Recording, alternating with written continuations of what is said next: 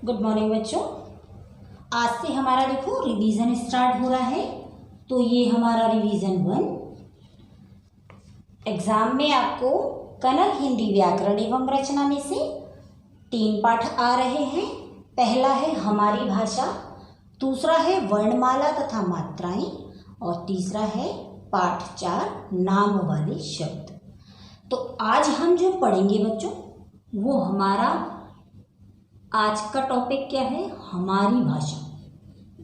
हमारी भाषा ये हम पहले भी पढ़ चुके हैं, पर हमारे एग्ज़ाम आ रहे हैं तो इसका हम एक बार पुनः अभ्यास करते हैं। हमारी भाषा, भाषा क्या है? भाषा एक दूसरे को समझने का एक साधन है। जैसे मैं अभी आपको समझा रही हूँ तो आप समझ रहे हैं। यदि आपको मुझसे कुछ कहना है तो आप मुझे कहेंगे और मैं समझूंगी। किसके द्वारा? भाषा के द्वारा। तो कोई बात हमें किसी से करनी है या किसी की बात हमें समझनी है तो किसी चीज़ की आवश्यकता है हमें, वो चीज़ भाषा है। जैसे तो भाषा की परिभाषा क्या बनी? एक दूसरे को समझने, एक दूसरों को समझने का साधन भाषा है।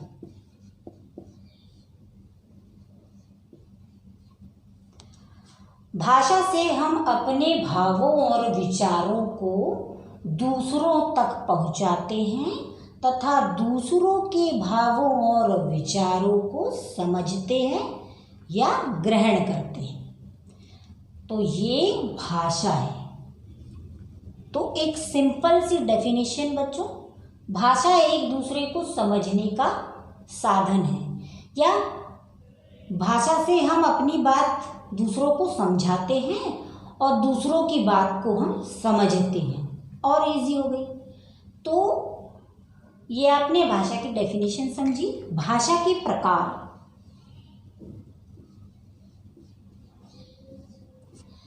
तो भाषा के 2 प्रकार हैं।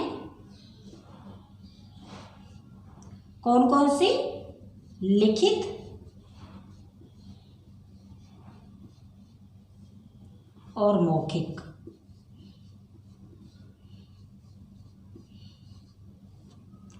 लिखित भाषा क्या है? जो लिखकर समझाई जा रही, जैसे मैं बोर्ड पर अभी आपको लिखकर समझा रही हूँ, ये लिखित भाषा है। अपनी बात को लिखकर समझाना लिखित भाषा है। और मौखिक क्या है? जो मैं आपको बोलकर समझा रही हूँ, ओरली समझा रही हूँ, बोलकर अपनी बात को समझाना मौखिक भाषा है। तो कितना इजी हो गया। लिखित जो हम लिख रहे हैं, लिखकर समझाना। मौखिक जो हम बोल रहे हैं, बोलकर समझाना। एक और है बच्चा सांकेतिक, पर मैंने आपको 2 ही भाषा के रूप लिखवाए। सांकेतिक भाषा आमतौर पर प्रचलित नहीं है, कभी कभी हम उसका प्रैक्टिकली यूज़ करते हैं।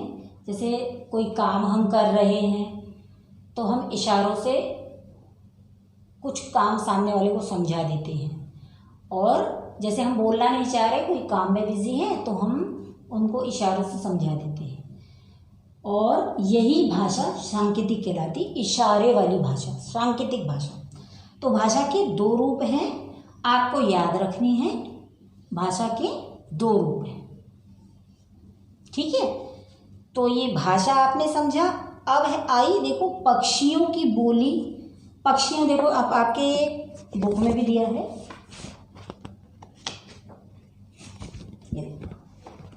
चींची करती चिड़िया आई, कुहू कुहू कोयल ने गाया, कुकड़ू कू मुर्गा भी बोला, काव काव कौवा चिल्लाया, म्याऊं म्याऊं बिल्ली बोली, भों भों करता कुत्ता आया, नाच नाचते कबूतर ने भी गुटर गूं राग सुनाया। तो पक्षियों की आवाज़ बच्चों, उसे हम बोली नहीं बोलेंगे, ना भाषा बोलेंगे, ना लिपि बोलेंगे, वो क्या होती है? ध्वनि।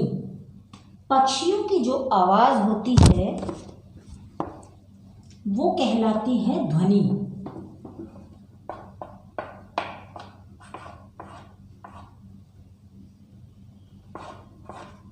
बोर्ड छोटा है, आपको बार बार इरेज करके समझाना पड़ता है मुझे। देखो,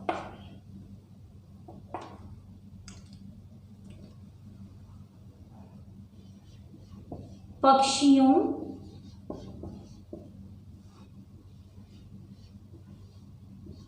की आवाज, उसे हम क्या कहते हैं? आधा ध व नि, ध्वनि। उसे हम आवाज नहीं बोलेंगे, बोली नहीं बोलेंगे, भाषा नहीं बोलेंगे, ध्वनि बोलेंगे। तो पक्षियों की आवाज जो होती है वो होती है ध्वनि। अब आई लिपि, स्क्रिप्ट। तो लिपि क्या होती है? भाषा को लिखने के लिए कुछ चिन्ह बनाए गए हैं। अब जैसे क ख ग घ म, ये जो हमारे व्यंजन है, स्वर हैं, वर्ण हैं, ये जब हम लिखते हैं तो इससे क्या शो होता है कि ये हिंदी भाषा है। A to Z अल्फ़ाबेट्स लिखते हैं हम, ABCDEFG, तो उससे क्या पता चलता है कि अंग्रेजी भाषा है। तो अंग्रेजी भाषा लिखने के लिए ABCD बनी, हिंदी भाषा लिखने के लिए अ से ज्ञ तक ये अक्षर बने। ऐसे ही उर्दू भाषा सीखने के लिए अलिफ बे ते से ये बने। तो हर एक भाषा को लिखने के लिए कुछ चिन्ह बनाए गए हैं, वही चिन्ह क्या कहलाते हैं? लिपि। भाषा को लिखने का एक तरीका, ढंग लिपि कहलाता है। तो ये लिपि क्या है? एक मिनट बच्चों, ये मिटाकर मैं भी आपको समझाती हूँ। तो लिपि आपने समझा, भाषा को लिखने का एक तरीका। अब एक है ब्रेल लिपि।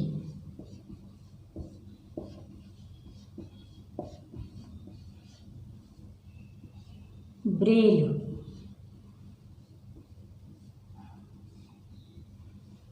ब्रेल लिपि जो आंखों से देख नहीं सकते, जिन्हें आंखों से दिखाई नहीं देता है, उनके लिए एक लिपि, खास लिपि तैयार की गई, उसे हम कहते हैं ब्रेल लिपि।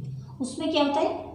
एक डॉट, फिर 2 डॉट, ऐसे करके, फिर 3 डॉट, फिर 4 डॉट।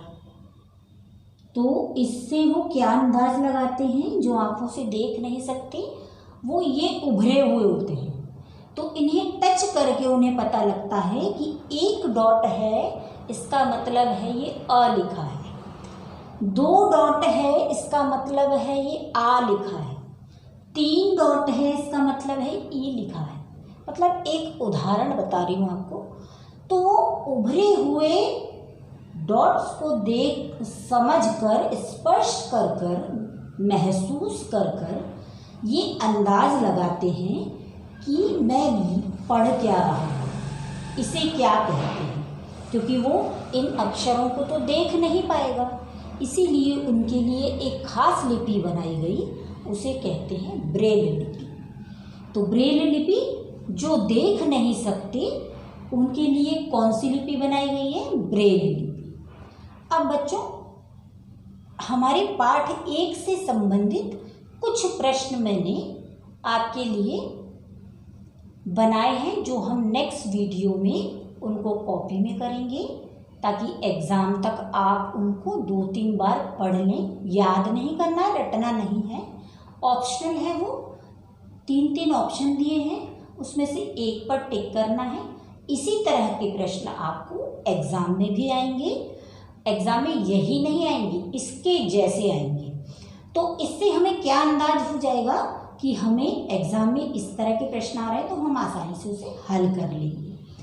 तो चलो नेक्स्ट वीडियो में हम समझते हैं कि प्रश्न क्या है।